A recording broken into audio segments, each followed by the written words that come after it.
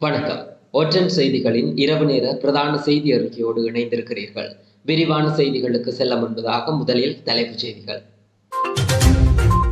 பிரதமருடனான கலந்துரையாடல் வெற்றி, தொழிற்சங்க நடவடிக்கை இடைநிறுத்தம், ஊதிய உயர்வுக்கு இணக்கம், ஆசிரியர்களுக்கான கொடுப்பனவுகளை அதிகரிக்க பரிந்துரை, செல்வச்சந்நிதியான் ஆலயத்திலிருந்து கதிர்காம யாத்திரை ஆரம்பம், யாழ்ப்பாணம் அனலை தீவில் பொதுமக்களால் முன்னெடுக்கப்பட்ட போராட்டம், மோட்டார் சைக்கிள் ஓட கற்றுத் தருவதாக கூறி பாலியல் சேட்டை, யாழில் மாணவிக்கு நேர்ந்த கதி. தொடர்பென விரிவான செய்திகள். பிரதமருடனான கலந்துரையாடலின் பின்னர் தமது தொழிற்சங்க நடவடிக்கையை தற்காலிகமாக நிறுத்துவதற்கு தீர்மானித்துள்ளதாக இலங்கை நிர்வாக சேவைகள் சங்கம் தெரிவித்துள்ளது. ஜூன் மாதம் 1ஆம் தேதி முதல் அமலுக்கு வரும் வகையில் கொடுப்பனவுகளை அதிகரிப்பதற்கு இணக்கம் காணப்பட்டதாக சங்கத்தின் தலைவர் மகேஷ் கமன்பில தெரிவித்துள்ளார். சம்பள அதிகரிப்பு உள்ளிட்ட பல கோரிக்கைகளை முன்வைத்து சுகையின விடுமுறையை அறிவித்து பணி புறக்கணிப்பில் ஈடுபடுவதற்கு இலங்கை நிர்வாக சேவை சங்கம் தீர்மானித்திருந்தது. இது தொடர்பான கோரிக்கைகள் தொடர்பில் பிரதமர் தினேஷ் குணவர்தன மற்றும் தொழிற்சங்க பிரதிநிதிகளுக்கு இடையில் விசேட கலந்துரையாடல் இடம்பெற்று இணக்கப்பாடு எட்டப்பட்டதாக இலங்கை நிர்வாக சேவைகள் சங்கத்தின் தலைவர் மகேஷ் கமன்பில மேலும் தெரிவித்தார். கல்வி பொதுதராதர சாதாரண தர பரீட்சை மற்றும் தரம் 5 புலமை பரிசில் பரீட்சைகளின் விடைத்தாள் மதிப்பீட்டுக்கு வழங்கப்படும் கொடுப்பனவுகளை அதிகரிக்க உபகுழுவின் பரிந்துரை கிடைத்துள்ளதாக கல்வி அமைச்சு அறிவித்துள்ளது. இந்த பரிந்துரைகள் அமைச்சரவையின் ஒப்புதலுக்கு சமர்ப்பிக்கப்படும் என்றும் அந்த அறிவிப்பில் கூறப்பட்டுள்ளது. மேலும் ஆசிரியர் சேவையில் தற்போதுள்ள ஆசிரியர்களுக்கான வழிகாட்டி நூலில் திருத்தங்களை மேற்கொள்ளுமாறு ஆசிரியர் சங்கங்களுக்கு அறிவித்து அரசாங்க சேவை ஆணைக்குழுவிற்கு முன்வைக்கப்பட்ட யோசனை ஆணைக்குழுவினால் பரிசீலிக்கப்பட்டு கல்வி அமைச்சுக்கு அனுப்பி வைக்கப்பட உள்ளது. இதேவேளை கல்விக்கான அத்தியாவசிய பயிற்சி புத்தகங்கள் மற்றும் உபகரணங்களின் விலையை 2022ஆம் ஆண்டை விடவும் 2024ஆம் ஆண்டில் குறைக்க கல்வி அமைச்சு நடவடிக்கை எடுக்க வேண்டும் என்றும் அந்த அறிவிப்பில் மேலும் தெரிவிக்கப்பட்டுள்ளது. தேசிய இளைஞர் சேவைகள் மன்றத்தால் வருடாந்தம் நடத்தப்படும் ஆன்மீக பாத யாத்திரை இன்று காலை 9 மணியளவில் சந்நிதி முருகன் ஆலயத்திலிருந்து ஆரம்பமாகியது.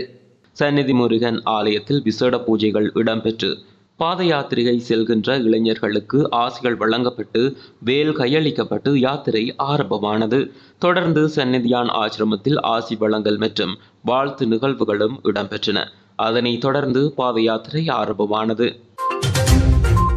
பலாலி சர்வதேச விமான நிலையத்தின் பயணிகள் வெளியேறும் பகுதியில் சுற்றுலா பயணிகளுக்கான தகவல் தொடர்பு நிலையத்தை வடமாகாண ஆளுநர் திருமதி PSM சார்ல்ஸ் இன்று திறந்து வைத்தார். வடக்கு மாகாணத்தில் சுற்றுலா பயணிகள் இலகுவாக பயணிக்கக்கூடிய வரலாற்று சிறப்புமிக்க இடங்கள், வழிபாட்டு தலங்கள் உள்ளிட்ட விடயங்கள் அடங்கிய சுற்றுலா வழிகாட்டி கையேடுகளை தகவல் தொடர்பு நிலையத்தில் இலவசமாக பெற்றுக்கொள்ள முடியும் என தெரிவிக்கப்படுகிறது. அதேவேளை வடக்கு மாகாணத்தில் உற்பத்தி செய்யப்படும் கைவினைப் பொருட்களும் இங்கு விற்பனைக்கு வைக்கப்பட்டுள்ளன. சுற்றுலா பயணிகளுக்கான தகவல் தொடர்பு நிலையத்தை திறந்து வைத்ததன் பின்னர் விமான நிலைய செயற்பாடுகளை ஆளுநர் பார்வையிட்டதுடன் விமான பயணிகளுடனும் கலந்துரையாடினார். சுற்றுலா பயணிகளுக்கான தகவல் தொடர்பு நிலையத்தை திறந்து வைக்கும் நிகழ்வில் வடக்கு மாகாண பிரதம செயலாளர், உள்ளூராட்சி அமைச்சின் செயலாளர், சுற்றுலா பணியகத்தின் தலைவர், விமான நிலைய அதிகாரிகள் என பலரும் கலந்து கொண்டிருந்தனர்.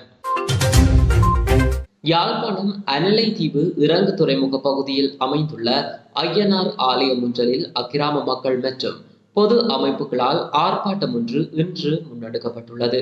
அனலை தீவு ஐயனார் ஆலயத்திலிருந்து இடிக்கப்பட்ட கற்கள் மண்களை மக்களின் வேண்டுகோளிற்கிணங்க கரையோர மூலவள முகாமை திணைக்கள அனுமதியின்றி கொட்டியதாக கூறி அந்த மண்ணை அகற்றக் கோரி ஆலய நிர்வாகத்திற்கு கட்டளை பிறப்பிக்கப்பட்டது. இந்த நிலையில் ஆலய நிர்வாகத்தினர் வாகனங்களின் மூலம் கொட்டிய மண்ணை மீள எடுக்க முனைந்த போது மக்கள், பொது அமைப்புகள் ஒன்று கூடி ஆர்ப்பாட்டத்தில் ஈடுபட்டு படகு போக்குவரத்து சேவையை முற்றாக நிறுத்தி தங்கள் எதிர்ப்பை வெளியிட்டுள்ளனர்.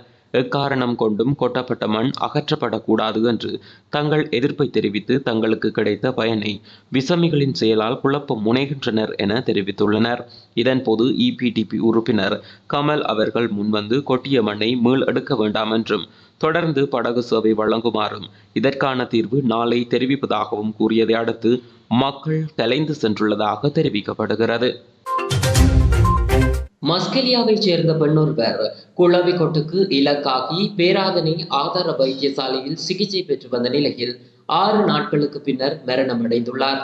2 பிள்ளைகளின் தாயான சிவகுமார் அந்தோனி டெரிண்டா என்பவரே இவ்வாறு உயிரிழந்துள்ளார்.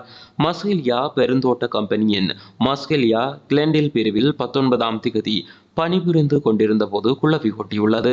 பாதிக்கப்பட்ட பெண் மஸ்கெலியா மாவட்ட வைத்தியசாலையில் அனுமதிக்கப்பட்டு டிக்கோயா கிழங்கன் ஆதார வைத்தியசாலையில் மாற்றப்பட்டார். எனினும் மேலதிக சிகிச்சைக்காக பேராதனை போதனா வைத்தியசாலைக்கு மாற்றப்பட்டதன் பின்னர் மரணம் அடைந்துள்ளார். பாடசாலை மாணவிக்கு மோட்டார் சைக்கிள் ஓட்ட கற்றுத்தருவதாக கூறி பாலியல் சேட்டை புரிந்த நபர் ஒருவரை போலீசார் கைது செய்த சம்பவம் யாழ்ப்பாணத்தில் இடம்பெற்றுள்ளது. 44 வயதான முச்சக்கர வண்டி சாரதியே இவ்வாறு கைது செய்யப்பட்டுள்ளார். யாழ்ப்பாணத்தைச் சேர்ந்த மாணவி ஒருவரை அவரது கல்வி நடவடிக்கைக்காக ஏற்றி இறக்கும் சேவைக்காக முச்சக்கர வண்டி சாரதி ஒருவரை மாணவியின் பெற்றோர் வாடகைக்கு அமர்த்தியுள்ளனர்.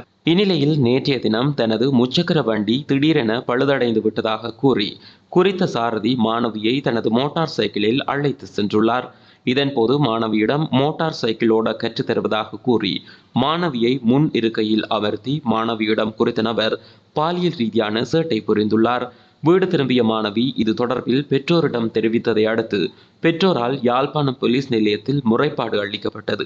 இதனையடுத்து முச்சக்கர வண்டி சாரதியை கைது செய்த போலீசார் அவரை போலீஸ் நிலையத்தில் தடுத்து வைத்து இது குறித்து மேலதிக விசாரணைகளை முன்னெடுத்து வருகின்றனர். கம்பளையில் 18 வயதான உயர்தர மாணவர் ஒருவர் விபரீத முடிவெடுத்து உயிரிழந்துள்ளதாக தெரிய வருகிறது. இவர் காப்போத சாதாரண தரத்தில் 8A சித்திகள் மற்றும் ஒரு B சித்தியை பெற்று உயர்தரத்தில் கணித பிரிவில் கல்வி பயின்று வந்துள்ளார். குறித்த மாணவன் தனது தாய், தந்தை மற்றும் சகோதரருடன் வசித்து வந்துள்ளார். இந்த நிலையில் சம்பவ தினத்தன்று பெற்றோர் வேலைக்கு சென்ற பின் சகோதரன் இளைஞரின் அறைக்கு வந்து பார்த்தபோது அவர் சுடப்பட்ட நிலையில் கிடப்பதை அவதானித்துள்ளார். இது தொடர்பில் உடனடியாக சகோதரன் போலீசாருக்கு தகவல் வழங்கியுள்ளார். இந்த மாணவன் பெரும்பாலும் இணையவழி பாடங்களை செய்துள்ளதோடு கணனி மற்றும் தொலைபேசியை அடிக்கடி பயன்படுத்தியுள்ளதாக விசாரணைகளில் தெரிய வந்துள்ளது. எனவே அவர் இணையவழி விளையாட்டிற்கு அடிமையாகி தேர்வை நினைத்து மன உளைச்சலுக்கு ஆளாகி இந்த முடிவை எடுத்திருக்கலாம் என போலீசார் சந்தேகம் வெளியிட்டுள்ளனர். இளைஞர் இறந்த இடத்திலிருந்து கத்தியும் கண்டெடுக்கப்பட்டுள்ளதுடன் தனது தந்தைக்கு சொந்தமான துப்பாக்கியையே அவர் பயன்படுத்தியுள்ளார் எனவும் தெரிய வந்துள்ளது. இது தொடர்பான விசாரணைகளை போலீசார் முன்னெடுத்து வருகின்றனர். இத்துடன் ஒற்றன் செய்திகளின் இரவு நேர செய்தி அறிக்கை நிறைவடைகிறது. தொடர்ந்தும் ஒற்றன் செய்திகளோடு இணைந்திருங்கள். நன்றி.